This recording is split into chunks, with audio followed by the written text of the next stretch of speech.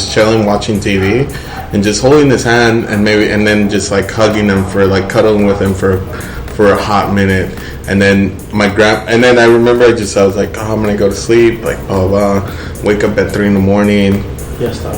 And then I was like, the first thing that I remember them telling me is like to put a finger under his nose to make sure there's like airflow. Yeah. And so I was like, I checked his pulse, I checked like everything, and I was like, oh, he's gone, dude.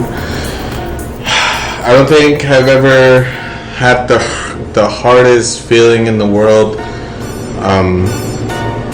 than seeing that, and then like him seeing that being next to me.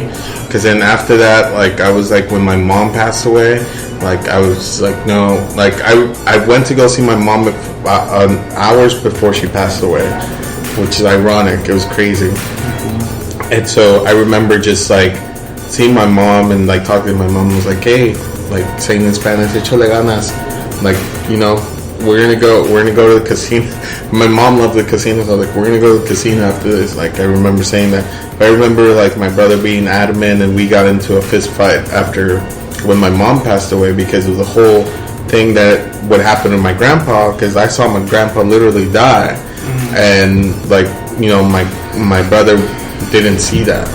But the fact that like when my mom passed away, I didn't want to see my mom in that state. Yeah. You don't want to see her in that moment. I just remember the last couple of hours ago that I just saw my mom just smiling at me and chilling and keep that memory. And so I remember that day, and then I remember calling off work, and I remember I was dating this like pinup girl. And it's funny because she's the first one to text me. She's like, hey, I heard you know, like randomly, he's like, hey, are you okay? I was like, yeah. He's like, are you sure? I was like, yeah. Like, what's up? And he said, oh no, I'm just making sure, okay. I'm like, okay, just so you know, my grandpa just passed away. Like, holy shit. Like, are you for real? I was like, yeah. And some people won't believe you when you say that shit. They think you're fucking around, like, because they know you as a person that, like, they know you might have some feelings there. And like, why is he not bawling? Why is he not like going crazy? Why is he not texting me like, oh fuck, like, you know? It's like, I know exactly that moment that you're talking about. And it's crazy because, like, see, I mean, remembering that right now, it's like, it's not I don't want to necessarily tell people that I'm cold-hearted or stuff like that, but I just want to, you know, to let people know, like, dude, I saw my grandpa and my mom suffer so much, and on top of that, my cousin, prior to everything, we had a ska show for him where we bought him video games and stuff and everything, and he had leukemia, and that fool was just like he was like dying, and seeing that at a young age just like changes your perspective in life. Your mortality, it becomes existent. And that's, you know, to bring it back to what you're doing and stuff like that. Yeah, the dude, like, because, you know, when we were young and when that was happening, I remember it felt so good after we played that show. We played a show and we charged everybody like $10 to come in.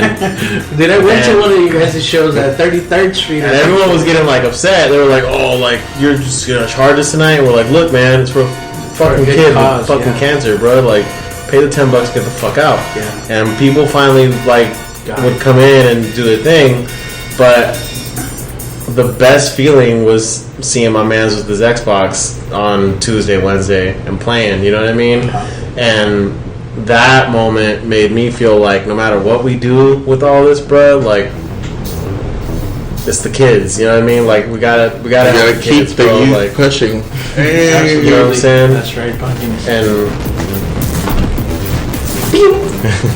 you know, quick moment. I'm gonna just take a quick second just to have a thing about this, but I just want to say real quick to rest in peace to Papa Bill Van Ring.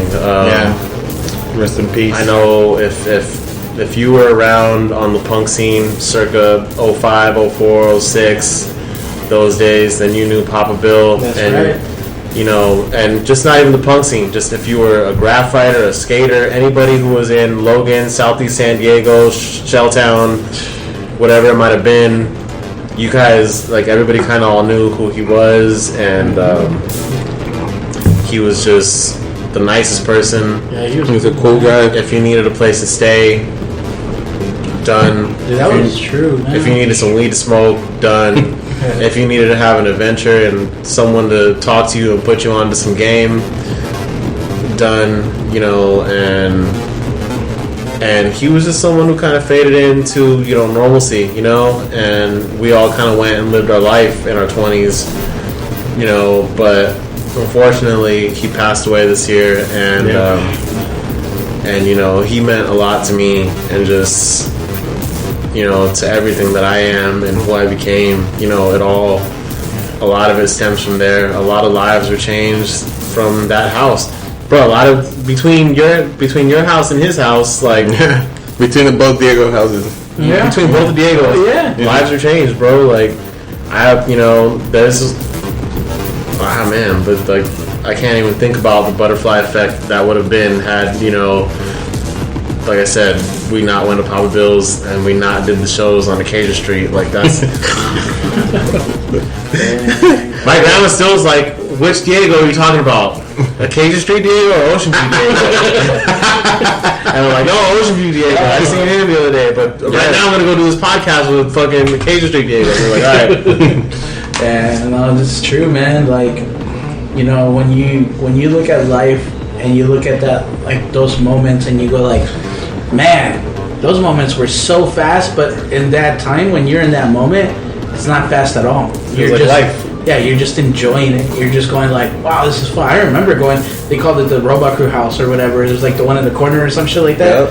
Yep. And I remember, you know, my cousin Javi, he's like, hey man, come through. And I was like, I don't know, man. I'm like good down the street, whatever. I was into my graffiti and all that, and like, and eventually I was like, you know what, dude? Like, I'm gonna go check it out. Fuck it. You know, Johnny was like, come through. Like, he's gonna be here, whatever. And then we're all kicking it and all that, and I'm like, damn, man, like, this is fucking ill. Like, everybody here is having a good ass time. I'm going like, whoa, this is what's up, you know? And like, it was chill. It was in the corner. It was a good time. There was music. You guys had food. You guys had your stuff. You guys going on. You guys were having a blast. Everybody's laughing. Kenny's making beats over there. Like, it was it was sick. Dude. It was anarchy, bro. It was young anarchy. There was everything you could have hoped for at that moment in time. You could be whoever you were and be there, and just, it was fine. It didn't matter if you. We love you, Diego. Yeah, shout out to Diego. Shout out to Papa Bill. Mm-hmm. I'll always love you, Papa Bill. Yeah. I'll always remember the days on 39th and Ocean View. Straight up, dude. Like, some of the crazier times, you know. But, you know, and to touch on the subject of Diego, you know, and like him being there for his grandpa when he passed away, you know, for me, it was so crazy because I always used to be like, if something happened to my dad or my mom, I'm gonna lose my fucking shit. I'm gonna lose my shit. I'll go crazy and I'll fucking die. And I would go visit my dad on the weekends because during the weekdays my dad would fall asleep around like 7:30 or 8. So I'm like, dude, if I go to TJ, I get off of work at 5. I get to TJ like 6:30. I'm like, why the fuck am I gonna keep my dad up? You know, like, let him go to sleep. You know, so I'll see him on the weekend and I'll spend the whole weekend with him. And then, I don't know, man, just one day I was like, man, my dad's not doing so good. Something's up with him. Like, he just doesn't want to do nothing. He just wants to be sitting down. I'm like, man, I'm going to take some time off of work. And I called my boss. I'm like, hey, can we have a meeting real quick? And he's like, yeah, what's up? We had a meeting at the shop. And he was like, oh, yeah, for sure. You want to have some days off? What days do you want? And I told him, I want Wednesday, Thursday, Friday. I was like, so I can have Wednesday, Thursday, Friday, Saturday, Sunday to be with my dad. I was going to go be with him, you know, help him, you know, feed him and all this stuff, you know. And then, you know, I get there on Wednesday and I spend my time with my dad. And my dad, you know, he's being like chill. He's being like calm or whatever. And like, we're talking and nothing. And then he goes like, Mijo, I'm going to go to sleep, okay? And I'm like, all right, hey, remember in the morning we got to go to the doctor's visit. I'm like, all right, cool, you know. So then I hear him in the night, and I was hearing his breath, his breathing started changing. It went from the normal to start really long ones, like.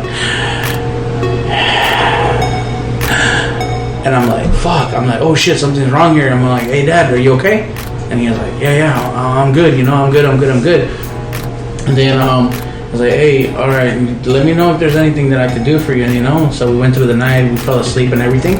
And then, mind you guys, man, I didn't visit my dad during the week. This was like the first time that I showed up during the week, like to be with my dad. Here comes the next day, February 13th.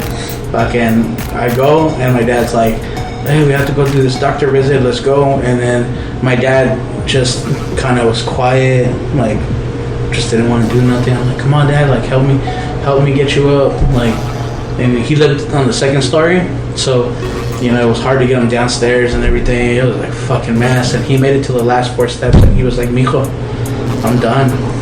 And I'm like, what do you mean you're done? Like, you got 4 steps to go. He's like, no, I'm done. And I'm like, what? I'm like, no, don't say that. Come on, get up. And he got up. We put him in the passenger seat. We get him to the doctor where he's gonna get an ultrasound because they wanted to check his kidneys and all this stuff. And then I help get my dad off. We get him a wheelchair and he has a seizure as we're getting him off. Starts like seizuring up on me. I'm going like, oh fuck, like trying to get him into the wheelchair. And then he gets off that, he comes back to it and he's like, hey, what's going on? Everything okay? And I'm like, yeah, Dad, like, But at this point, he starts being super quiet. And then, I had to stand him up for an x-ray. They wanted to give him an x-ray. So I'm like, he can't stand up. He was super weak, dude. My dad went from being, how like in American, not even American, Blood In, Blood Out, what's his name? Magic. He's like super buff from like the waist up. That's how my dad was. My dad was like, he was like a cholo, like super buff from the waist up, and like he was in prison a couple of times and all that time, and so he had that like body type, So to see my dad go from the guy that's like working really hard every day to all of a sudden being this like 90-pound person that just like flesh and bones, and all of a sudden starts deteriorating, going like, damn, I'm going like, all right, I'm like, well, what do I do next? And then I'm like, fuck it. And then they took the x-rays and the ultrasound from his kidneys and stuff. They're like, yo, you gotta get him to an emergency room right now. I'm like, what do you mean? Like, you gotta get him out of here. You gotta go. We got him to one hospital. Dude, that thing was filthy. It was like the general hospital. It was fucking ugly, bro. And we get there, and my sister gets there, and like, she's like, we gotta get him out of here. This is disgusting. The hospital was like, they put him in a room where there's like basically people just dying. They just put him in that room. They didn't even do nothing. They gave him a sedative. My dad, all he did was like, he didn't like it. The sedative started fucking with him. So then I was like, my sister's like, dude, I found a hospital on whatever. I don't know, TJ. So I'm going like, all right, let's go. So we signed a waiver saying like, if he leaves the hospital, if anything happens, it's not their problem. And then all of a sudden it starts fucking raining, bro. It's like, this is how, it's like a fucking movie. It just becomes like a movie at this point. It just starts raining hard. It just like, pouring. And I got my dad, I'm driving, my dad's on the passenger side, my mom's sitting behind my dad and keeps like rubbing his chest and like, we're gonna make it, don't worry about it. And then we start driving La Vía Rápida, it's kind of like their freeway or whatever, and then all of a sudden I looked over at my dad and I saw him take his last breaths, going like and like, when they take their last breaths, that sound is like the scariest. I don't even know. It's like, it's just terrifying because that's it. You just know that you can hear like the bubbles, everything, all the oxygen leaving their lungs. I'm just looking over and I'm going like, fuck, he's fucking dying. I'm going like, fuck, and I'm fucking terrified because I'm going like, first of all, I don't like driving in TJ, and then it's raining, and I got my mom in the car. And I got their friend, and I'm going like, what would my dad want me to do right now? Like, would he want me to speed up and risk all of us getting into an accident? Or would my dad want to be like, hey, just take it easy, just get me there? So I go like, fuck, well, I'm not going to speed up and get in a fucking accident and kill us all. So I just drove as fast as I could drive. And then we get to this other hospital, and then I fucking jumped off the side once we parked. And then my mom or somebody, I don't remember who exactly, somebody ran up and were like, we need a wheelchair, whatever. And then they came outside and then they looked in the